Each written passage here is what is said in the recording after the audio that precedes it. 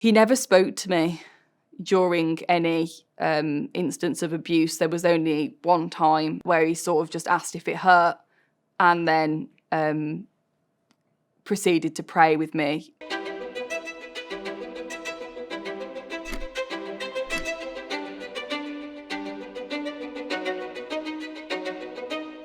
I was born in Birmingham. I was a child of divorce, unfortunately. So my dad left when I was about 3 or 4 years old. And I was born and raised as a Jehovah's Witness. So early childhood for me involved a lot of religious commitment. And what I thought growing up as a normal childhood, looking back now, probably was not as normal as a childhood should have been. Are you able to explain what Jehovah's Witness is and what beliefs and practices of the religion are? So Jehovah's Witnesses branch off of Christianity. So they follow a non-Trinitarian belief system. They believe that only 144,000 will go to heaven. So they believe a very select few will make it for the heavenly hope, and the rest of the world, the good people, will live forever on a paradise earth. But when that happens, they believe in what will come will be God's government, which will happen through something called Armageddon, where all these bad things in the world keep getting worse and worse and worse up until a point where God will step in and he will wipe out all the evil people and the governments of the earth, and his government will rule as one over the earth. And those that survive that will then focus on restoring the earth back to a paradise. And once that's complete, then there'll be a resurrection of the dead to come back and live on earth. In school, did you realise that maybe your upbringing was slightly different from other kids in your class? It didn't always feel like that, but sort of as the older you got and you realised, oh, why can't I sit in for this assembly? Didn't celebrate Christmas, we didn't celebrate birthdays. So then that became difficult because there would always be a Christmas concert or a Christmas play, but it was those sorts of things that you couldn't do. And at the time, you didn't really understand fully why you couldn't. You just knew it wasn't allowed and it wasn't right. Jehovah's Witnesses don't actually have like a rule book of, do this, don't do that. For me, in my congregation, it was university. It was frowned upon if you went. You'd be seen as being pulled away from Jehovah. You'd be seen as pulled away from the organisation. So anything that would instill critical thinking was dangerous, associating with those who weren't within the organisation. So if you're not in the organisation, you're referred to as a worldly person. So as a child and as an adult, you had to avoid socialising with worldly people, which meant at school you couldn't really go to your friend's house. But again, there might have been some parents that would have been a bit more lenient with that and said, no, it's fine. I know that there are rules within other religions and other denominations of Christianity. And again, it might go back to those unwritten rules. But they don't seem to implement punishment, as it were, like how the Jehovah's Witness organisation does. If you do anything wrong or commit a sin. Within Jehovah's Witness, what is the structure of the church? What's the hierarchy? So you have the governing body, and these are a group of men in America that are sort of religious leaders, as you were. They are who create the doctrine and sort of get the ideas together for the literature as well that comes out. There's teams that are there, but they are the main part of the organisation. In just a typical congregation, you will have elders, and the easiest way to describe an elder would be they're similar to like pastors. And then you'll have ministerial servants. So both these elders and ministerial servants are only male. A female cannot be a ministerial servant or an elder. The ministerial servants just have more responsibility within a congregation. So they will probably be able to give a talk at a Kingdom Hall or handle different items at a meeting. And then it's the rest of the congregation, which is the flock, and the elders are the shepherds of the congregation. What was your relationship with your mum like growing up?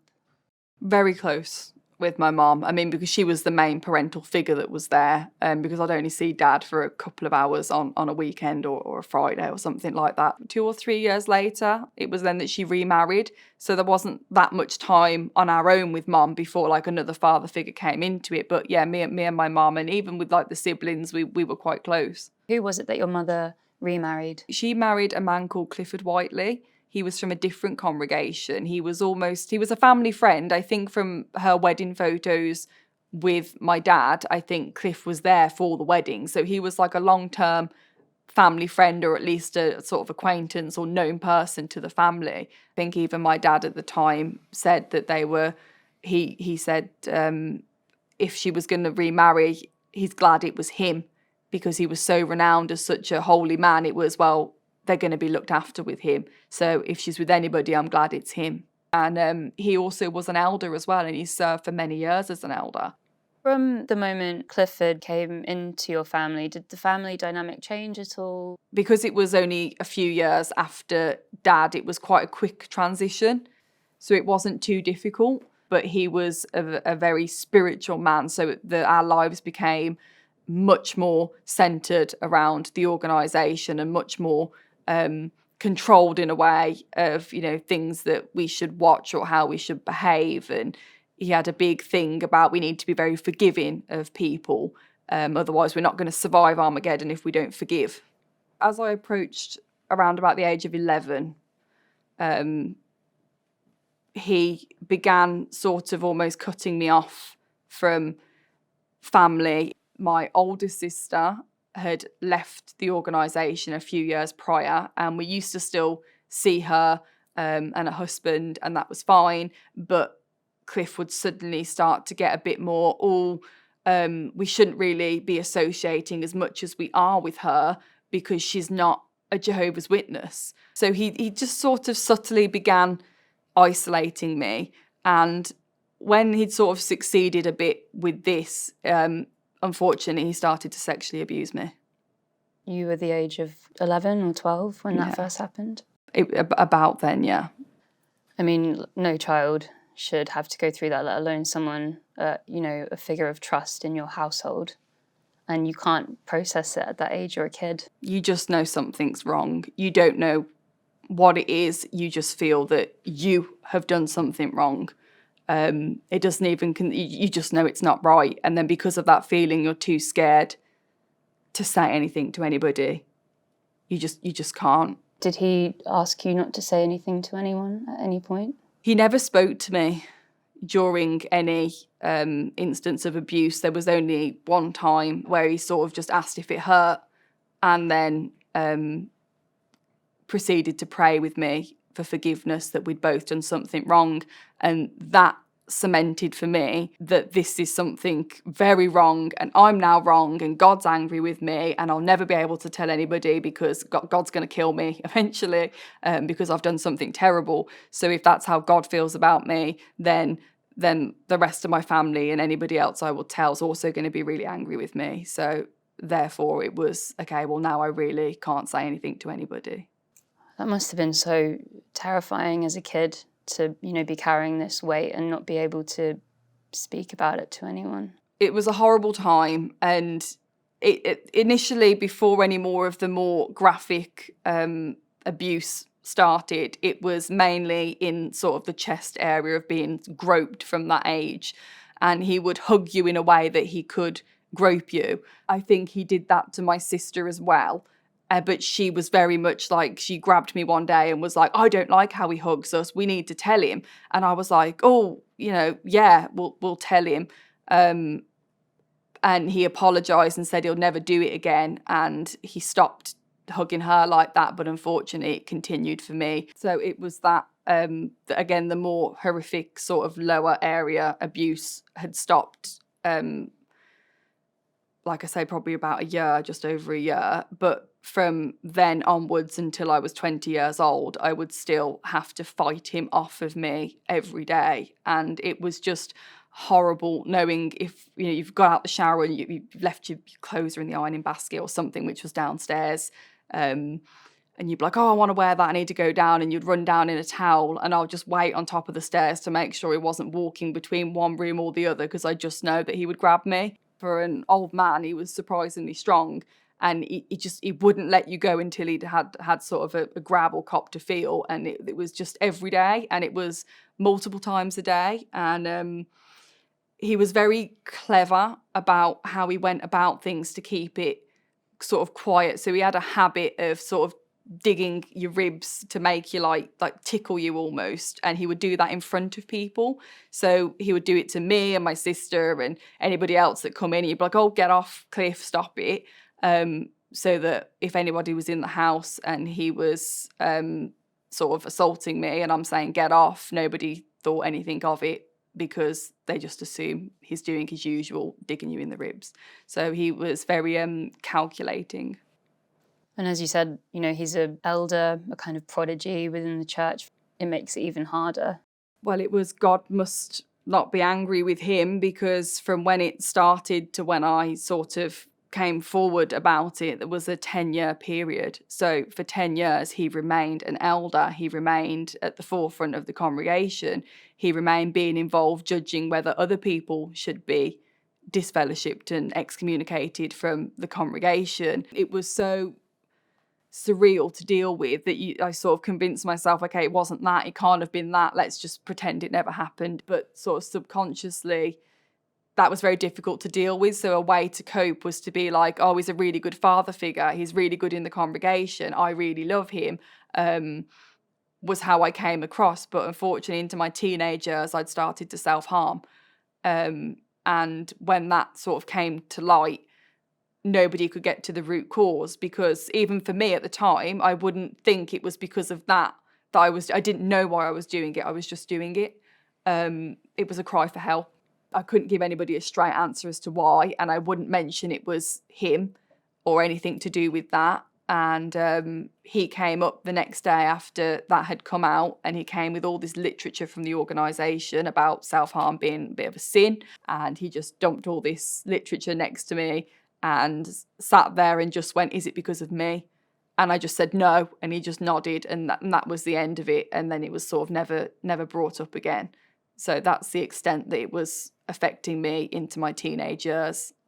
Do you think that his behaviour then was in some ways trying to protect himself?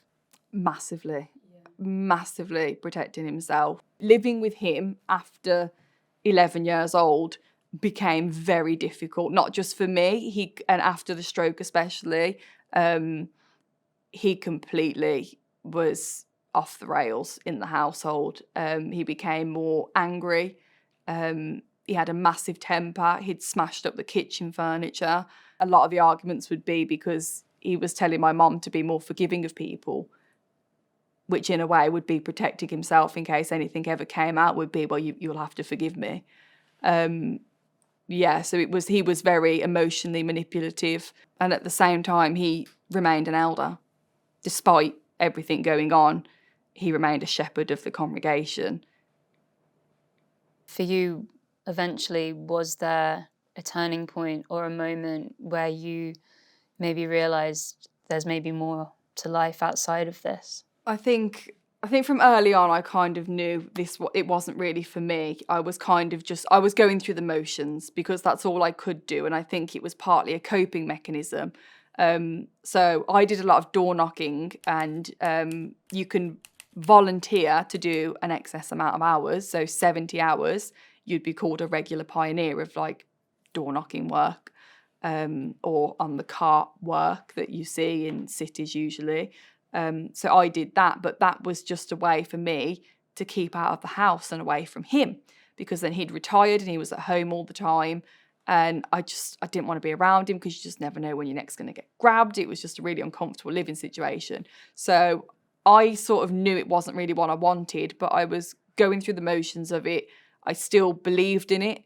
I feel like I did have strong faith in God, but it just wasn't for me. And my line of thinking was I'd kind of wait till maybe Mom and Cliff passed on, and then it would be easier for me to then leave. So I know it wasn't really in my heart at that point. I went away on holiday And I really enjoyed that holiday. It was 2 weeks where I didn't have to go out and knock doors, and it was fabulous. And I went again on another annual holiday, and again, that was great. I knew I couldn't go back on holiday for an extended period of time just as a holiday, because that's not very spiritual. So I said, I want to go and preach where the need is greater, where I've decided the need is greater, because I like that holiday destination. And I booked 2 months. And during this trip, again, I did go to the Kingdom Hall. I think I went out once to talk to people and attempted to socialise with the congregation, but they weren't a very warm congregation, so that was a good excuse to be like, maybe not. And then I ended up meeting a group of wonderful local people, having this life of no fear and people that didn't judge you, and it just felt like, wow, outside of the organisation, I can be happy. I don't need to be scared of worldly people. I don't need to be scared of the world. I'm actually having a better time in this short space of time than I've ever had within the organisation. So when I came back from that trip, I was so revved up with, oh, wow, life could be so much more than what it is. I spoke to my sister and brother-in-law about it and sort of regurgitated everything and talking very quickly out of excitement. I'm going to tell them what happened to me. I'm going to tell them what Cliff did. And it did come out to them. That was the turning point for me. The migraine I had almost instantly after it came out. I think all that pressure that has been on me for years, trying to convince myself it was something it wasn't, constantly thinking of repercussions if I ever did speak out, because I felt really heartbroken for Mum, obviously being divorced, so much pain and suffering she had to go through, and because I felt like it was something I'd done wrong if I ever spoke about it, I didn't want to add to any of her pain and suffering. So that there was a sense of relief, but it's unknown what's going to come out of this. It was scary, but it was a relief. And what did those next few moments, days look like? What were the kind of steps that you and your sister decided to take? We had to tell my mom first. That was quite a big thing. And my mom is like, again, one of my biggest supporters, and I love her.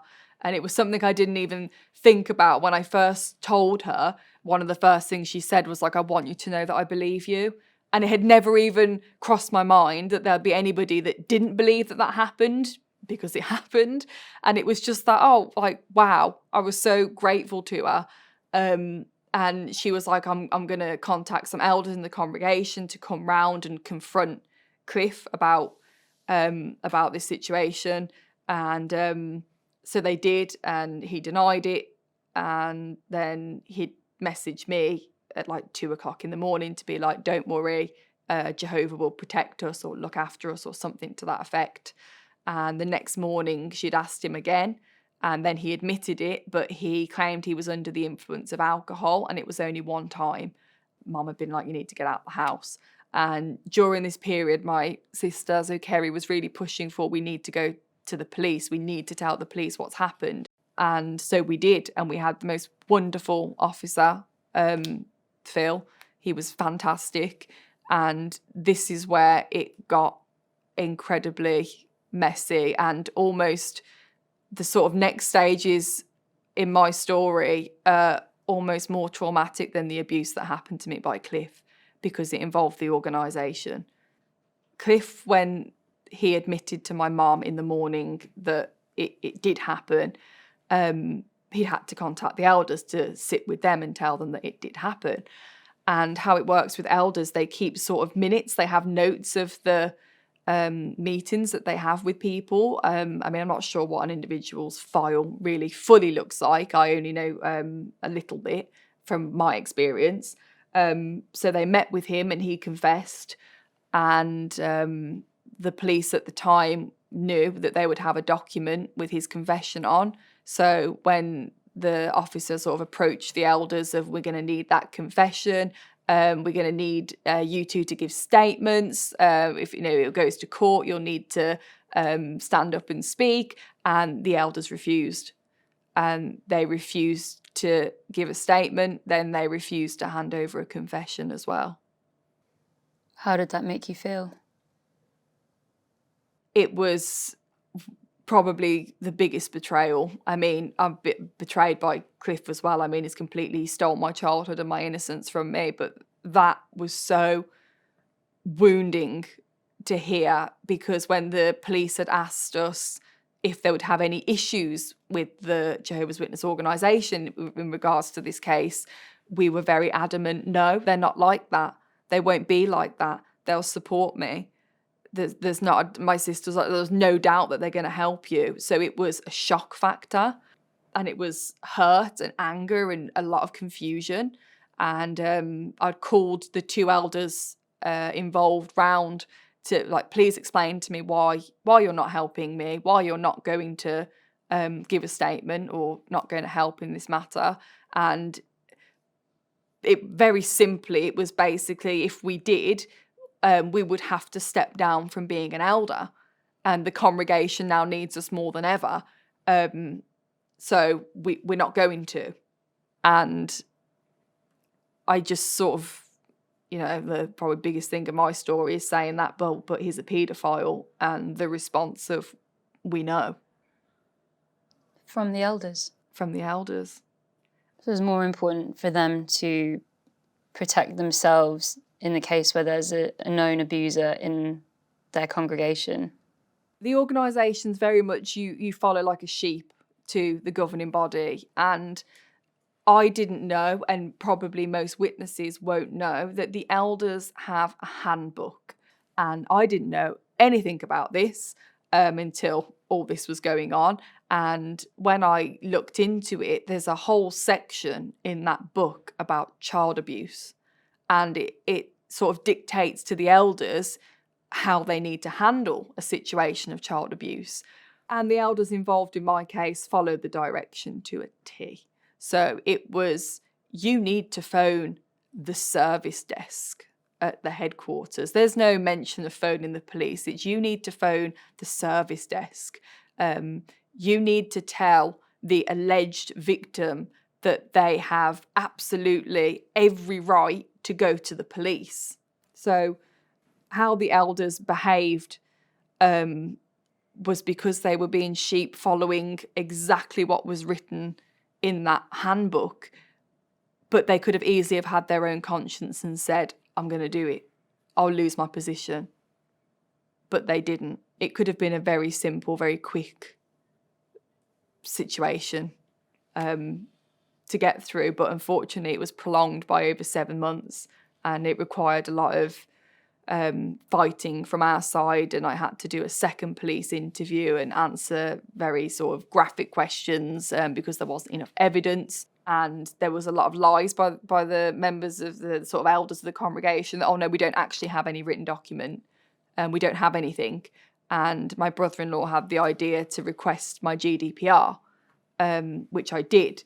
So then suddenly through the post, I had this envelope with this document, and there was just almost like one sentence or two sentences of hearing to a confession of child abuse by Clifford Whiteley against me, or but from the ages of like, no more than 12 years old. And it was just that one small part, and they had that from the beginning, but we didn't get that till months later. And in the end, it was court ordered that the document was handed over to them, to the police. They had to go to court, and the organisation sent 2 members of their legal team to oppose that happening.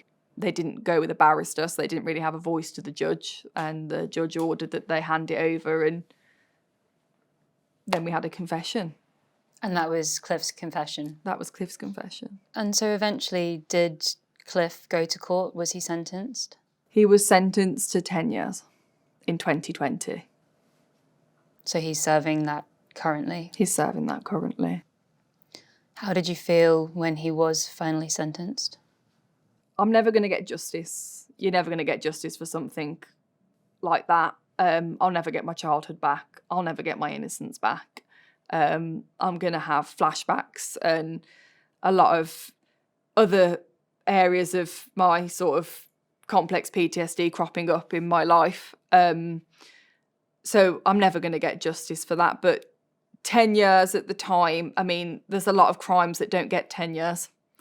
And it was, 10 years of silence for 10 years of his life is probably quite a positive deal. I mean, I know there's some rapists that don't even get sentenced as long as 10 years. So I think I was very fortunate to have the judge that I did, and have the ruling the ruling that he had was a really good one. He didn't get away with it. He really convinced himself in his head that he'd been forgiven by God and that he hadn't done anything wrong. And it was just that, you suffer now. Well, not whether there is suffering, but everyone will know what you are. But it's not justice. Why did you decide to waive your right to anonymity and to share your story?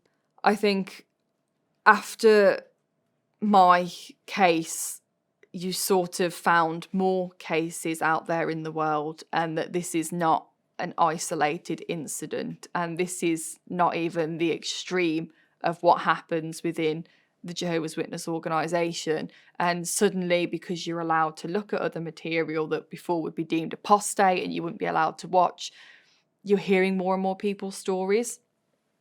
And then it was, I don't want this to happen to anybody else. You can't have this knowledge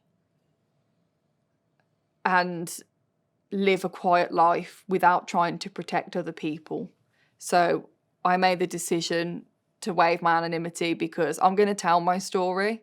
It comes from the place of education, of a high control organisation that does not have mandatory reporting, that does not have proper training, that has no professional people coming in.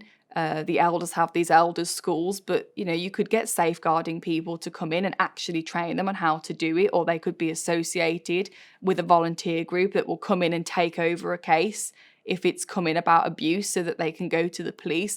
And there's all these things that could happen that don't. And unless people are aware of that, change isn't going to come. Whether it's internally or external, change needs to happen. Did the church, do you know how they reacted when Cliff got sentenced? Was there any outcry? Was there any guilt or embarrassment there? Or he had a judicial committee, which was the three elders deciding whether he should be excommunicated or not based on his sin, which he was decided that he would be, instead of automatically doing it, being as he's a paedophile. And when it was announced to the congregation, it was just that Clifford Whiteley is no longer a Jehovah's Witness. There was no explanation as to why.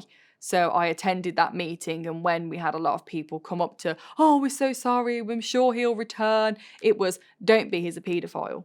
And the elders were so, I could see from their faces, they were so almost angry that I was there informing the congregation of this sin and what he'd actually done. looking back at everything you've been through now, I know you've spoken about anger and emotion and kind of pain that you've been through. How do you feel about everything you've been through now? It's something I still live with, but compared to that time of 2019, I feel a lot more brave. I feel like I don't have, I have a voice that I was never allowed to have before. I can say that I'm happy and I love my life. I love what my life is now, and I love all the people in my life, and I can say with 100% confidence that they actually love me back, and it's not conditional as it was before with the organisation. If you could say something to the young Lacie going through all of that all those years ago, what would you say to her? Little me, I carry a photo of her around in my purse wherever I go, because I like to be reminded that, I've got you. I love you. I am here for you. You never have to be scared again of anything. And I will look after you. And you can trust me. And you're not alone anymore. And it's something along those lines that I was sort of telling myself yesterday, because this isn't easy to do, to speak about. Because these people were very important to me at some point. And I don't have anything against the members of the congregation. But the organisation needs to take a serious look at itself of how it handles these cases, because one case like this is one too many, and unfortunately there are far too many that exist out there, and nobody else should have to sit telling their inner child that they're now safe. They have what's called the murder routine, where they ask you these questions, like if you've done these really horrible things, to make you say, no, I didn't do that, I just did this. And so I remember in my first interrogation, she was like, did you rob a bank?